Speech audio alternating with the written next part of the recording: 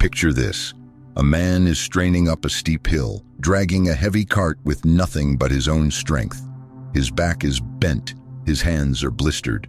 Sweat pours down his face as he takes one painful step after another. He pulls harder, thinking that if he just gives a little more effort, he will reach the top. But the cart barely moves. Hours pass, and he is still in the same place, exhausted, defeated, wondering why his effort is never enough. Now look at another man standing just a few feet away. He faces the same hill, the same cart, the same weight.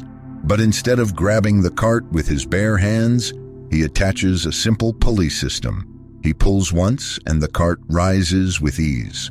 What crushed the first man becomes light for the second.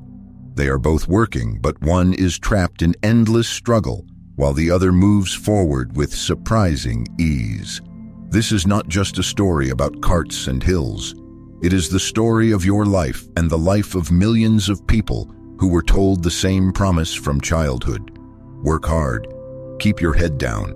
Sacrifice today so that one day you will succeed. You were taught that sweat and hours alone are the path to progress. And when you struggle, when you do not advance, when you see others fly past you while you remain stuck, you are told that the problem must be you. You must not be trying hard enough. But what if that is the lie? What if the truth is not that you lack discipline or effort, but that you are missing something society never taught you to see? The truth is simple, and it changes everything. Hard work without leverage is like rowing against the current. You are moving, yes, but you are not arriving. So here is the question that will carry us through this journey. If hard work alone is not enough, what is the hidden force that determines whether your effort turns into progress or into exhaustion? The answer is leverage. From the moment we were children, the lesson was drilled into us. Work harder and you will earn more. Earn more and you will succeed. Teachers praised the child who stayed late to finish every assignment. Parents repeated the same advice before every test, every job interview, every struggle. Hard work was the golden rule, the universal formula for progress. But when you step into real life, that formula begins to break. Look around. The people who work the longest hours are not the ones shaping society or flourishing in their own lives. Farmers bend over fields from dawn to dusk. Construction workers spend their days lifting concrete and steel. Truck drivers sit behind the wheel for 12 hours at a stretch. Nurses run from patient to patient until their feet ache. They are the backbone of modern life. They are the hardest workers. And yet, they are rarely the ones who rise to power, who build influence, who live in freedom. Meanwhile, you see another picture. The man who spends his days in meetings, the woman who manages teams instead of lifting boxes, the investor who writes a single check and multiplies his wealth while others sweat. They work, but not harder than the farmer or the nurse. Their effort looks different. It does not always mean more hours, more sweat, more pain. And still, the gap between them and the laborers only grows wider with time. This is the painful truth. Hard work, in the sense we were taught, is not a guarantee of progress. It is often a guarantee of exhaustion. You give your time, your body, your energy, and in return you receive just enough to survive, never enough to be free. And when the years go by, when your body begins to wear down, the system has no more use for you. The very culture that told you effort was everything quietly replaces you with someone younger, stronger, cheaper. So what happens inside when you realize this? Most people do not blame the system. They blame themselves. They feel the shame of personal failure. They whisper, maybe I am not disciplined enough. Maybe I am not smart enough. Maybe I am just unlucky. They carry the weight of guilt that was never theirs to carry. But here is the insight that should unsettle you. You did not lose because you are lazy. You did not lose because you lack discipline. You lost because you were taught to fight with bare hands in a world built on machines. You were given effort, but you were never given leverage. And without it, you can work as hard as you want and still remain exactly where you started. 2,000 years ago, the Greek mathematician Archimedes made a bold claim. "Give me a place to stand, and I will move the earth." At first, it sounds impossible, almost arrogant, but he was not speaking of strength. He was speaking of leverage. With the right tool, even the heaviest weight becomes light. With the right lever, a small force moves mountains. This is the truth most people never realize. Hard work alone is linear. You push and you move an inch. You push again and you move another inch. Your output rises only as long as your effort rises. Leverage is different. Leverage multiplies. It turns one action into a chain reaction, one choice into an outcome that spreads far beyond the effort you put in. So, what exactly is leverage? It is any tool, system, or structure that amplifies your effort. It is what separates the man who digs a hole with his bare hands from the one who uses a machine. But it goes far beyond physical tools. The most powerful forms of leverage are invisible. The first is knowledge. Think of Aristotle, Confucius, Darwin. Each of them wrote down their ideas once, and those words continue to shape lives centuries later. A single book, a single theory, a single framework becomes a lever that moves the minds of generations. The second is technology and media. A piece of code written by one programmer can run on millions of machines at once. A single video, once uploaded, can reach millions of eyes without the creator lifting another finger. Gutenberg's printing press multiplied ideas across Europe. The internet does the same today. This is leverage at a scale previous centuries could not imagine. The third is people and community. No leader, no thinker, no reformer ever moved history alone. Socrates had Plato. Plato had Aristotle. Gandhi did not free India with his own two hands. He leveraged the will of millions who walked, protested, and refused to obey. A telos lived alone is fragile. A telos multiplied through others becomes a force of history. The fourth is capital. Money, assets, investments. Yes, this too is leverage, but not the only kind, and certainly not the highest kind. Capital can multiply your reach, but without telos, without virtue, it simply makes you a richer slave. Money is a lever, but it is not the essence. And here is where we must draw the line. Society often equates leverage with wealth alone, as if the only reason to seek it is to pile up more dollars. But the deeper truth is this: leverage is not about chasing money. Leverage is about extending your essence. It is the means by which your telos, your true purpose, outlives your body, outlasts your lifetime, and reshapes the world around you. Without leverage, your hard work dies with you. With leverage, your hard work becomes a current that keeps moving long after you let go. That is why Archimedes could dream of moving the earth. He understood a secret that still holds true today.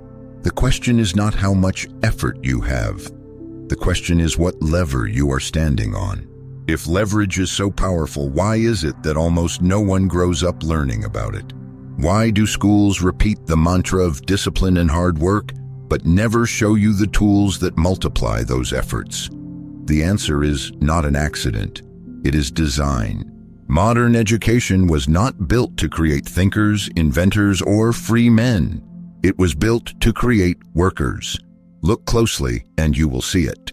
The ringing bell that tells students to move from one class to another. The grading system that punishes mistakes and rewards obedience. The structure that teaches you to memorize, repeat, and comply. This is not training for freedom. It is training for factories. It was designed in the age of industrialism to prepare you for the assembly line, not to hand you leverage. Culture plays its role as well. From an early age, we are taught to glorify struggle. The worker who sacrifices his body is called noble. The man who collapses from exhaustion is praised for his dedication. But the truth, as Nietzsche once saw, is that this morality of labor is not about virtue. It is about control. He called it slave morality, the moral code of obedience created to keep men in their place. Work hard, accept your lot, and call it honorable. All the while, the masters of the system use leverage to rule. And here lies the great divide. Consider the driver who works 12 hours a day for a rideshare company. He earns just enough to cover bills, trapped in the cycle of labor. Now consider the founder of that same company. He does not drive. He does not sit behind the wheel. He built the platform, and with it, he leveraged the work of millions. The difference between the two is not effort, it is leverage. One man works harder every day. The other man multiplies every day. So why does society not teach you leverage? Because if you learned it early, you would no longer be content to be a cog. You would not trade your hours for scraps. You would not obey without question. You would step outside the script and begin to write your own. And a society built on compliant labor cannot afford too many free men. That is the hidden truth. Leverage is not missing from our education by mistake. It is missing because the system has no interest in handing you the tools of power. Those tools must be discovered, claimed, and built by those who refuse to remain in chains. Hard work is linear. You put in 1 hour and you receive 1 hour's worth of output. If you want more, you add more hours, more sweat, more sacrifice. But there is a ceiling. You cannot stretch the day beyond 24 hours. You cannot stretch the body beyond its limits. Sooner or later, effort alone reaches a wall. Leverage is exponential, takes the same unit of effort and multiplies it across time, space, and people. One idea, when amplified, can reach millions. One act, when repeated by a community, can change a nation. Leverage turns the math of effort upside down. Where hard work moves inch by inch, leverage moves in leaps. Think of Socrates. By himself, he was only one man in the streets of Athens, asking uncomfortable questions. But through Plato and Xenophon, his ideas spread. Through Aristotle, they shaped generations. Through books, they reached centuries. Today, long after his body turned to dust, Socrates still speaks. That is leverage. Think of Martin Luther King Jr. He did not free a people by his speeches alone. His power came from multiplying those words into the hearts of millions who marched, who resisted, who refused to accept the old order. His voice was one. His echo was thousands. That is leverage. Or look at Leonardo da Vinci. His curiosity was restless. He painted, he engineered, he dissected, he invented. But his genius was not locked to one canvas, one notebook, one workshop. His works multiplied across disciplines. His sketches of machines influenced engineers centuries later. His paintings changed art forever. His notebooks still inspire. That is leverage. The same pattern shows itself again and again. Effort alone dies when you stop. Leverage keeps working even when you rest. Effort depends on your body. Leverage escapes the body and enters systems, tools, and minds beyond your own. Effort fades with age. Leverage, if built well, outlives you. This is why the rewards of society are not distributed evenly. They follow what mathematicians call the power law. A small percentage capture the majority of value, not because they sweat more, but because they found levers. The writer who sells a book to millions, the inventor whose patent reshapes an industry, the teacher whose students carry the lesson into future generations. So the question is no longer how many hours can you work? The question is, what lever have you built? Are you rowing endlessly, chasing inches, or are you standing on the fulcrum of a lever that moves mountains? The mechanics are clear. Linear effort burns out. Exponential effort compounds, and only one of them creates a life that moves forward rather than in circles. If leverage is the key to progress, why do so many people ignore it? Why do millions continue to grind harder, convinced that more sweat will finally set them free? The answer lies in illusions, myths so deeply woven into our culture that most never question them. The first is survivorship bias. We hear the stories of billionaires and leaders who rise from nothing, and what do they say? They say, "I just worked harder than everyone else." They do not talk about the networks they leveraged, the timing they seized, the technology that multiplied their reach. We see the survivor and assume the path was only discipline and grit. We forget the millions who worked just as hard and remained invisible because they lacked leverage. The second illusion is effort justification. We are conditioned to believe that struggle itself is proof of value. If the path is painful, it must be noble. If it is exhausting, it must be worthy. And so we distrust anything that looks like a shortcut. But leverage is not a shortcut. It is a tool. A pulley does not cheapen the effort of lifting. It makes the lift possible. Yet culture shames those who use tools, who use systems, who use strategy, as if they are cheating.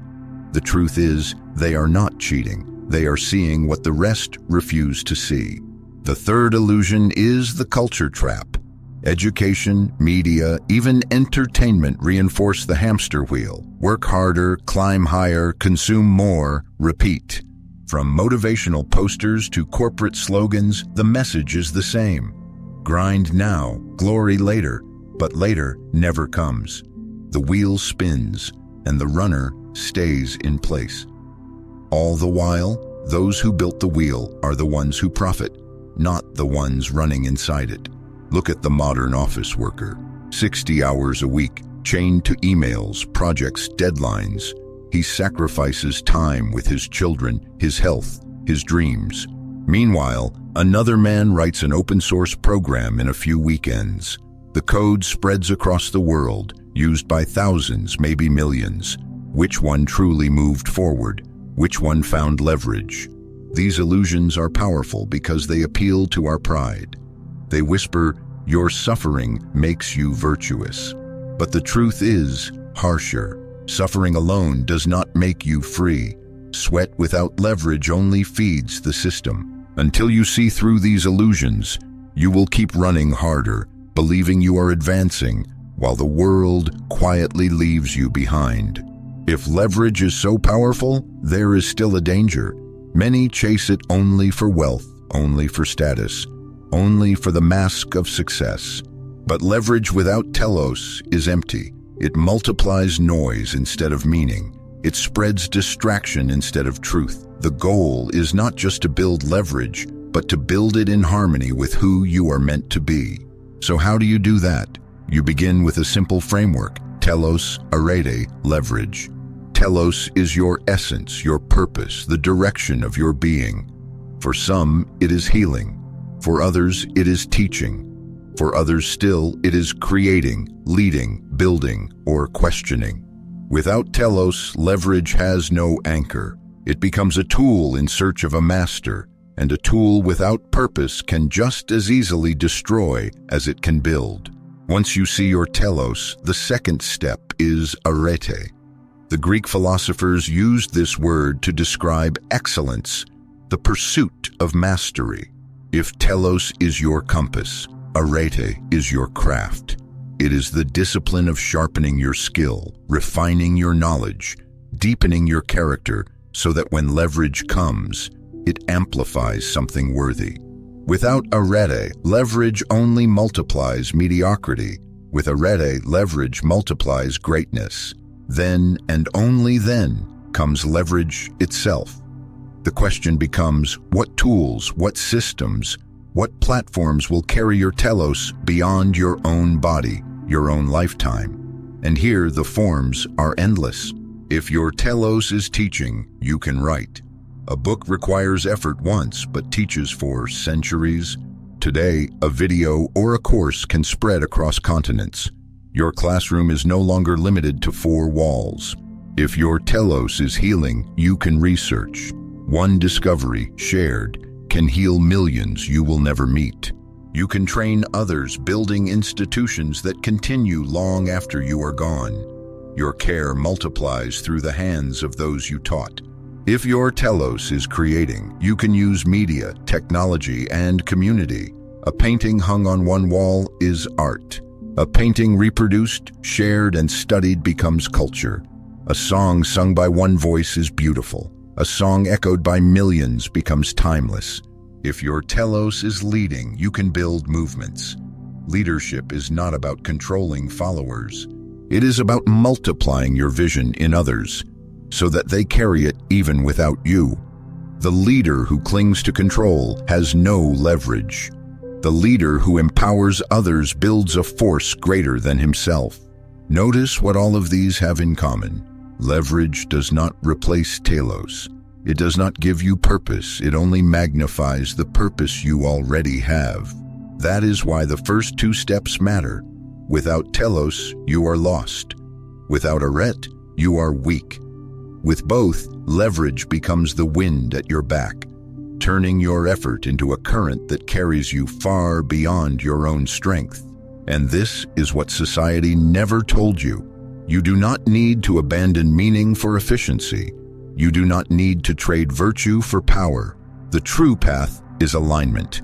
Find your telos. Pursue it with arete. Then build leverage to make it echo beyond your years. That is how you move forward. That is how you escape the trap of endless labor and step into a life that multiplies itself. Hard work is not the enemy. It builds discipline, it builds character, but hard work alone is not enough. Without leverage, your sweat moves inches while the world moves miles. With leverage, your effort multiplies. It outlives you. It becomes legacy instead of exhaustion. Picture two men digging for water. The first digs with his bare hands. He claws at the earth day after day, deeper and deeper until his body fails. He dies before the water ever reaches the surface. The second builds a simple wheel, a mechanism that lowers a bucket and raises it again. He digs less, but water flows. He drinks. His family drinks. His village drinks. And long after he is gone, the wheel keeps turning. This is the choice before you. You can keep running in the hamster wheel, convinced that more hours will finally set you free. Or you can step back, ask the deeper question, and begin to build levers that carry your telos into the world. One path leads to exhaustion, the other leads to influence, freedom, and meaning. So I leave you with this challenge. Will you keep pulling the cart with your bare hands, proud of your sweat but stuck in place? Or will you build the lever that lifts not just your life, but the lives around you? If you are ready to see through the illusions, if you are ready to step outside the script and claim your own path, then subscribe. Because here, we will continue to uncover the deceptions of society and learn how to build the levers that turn your purpose into power.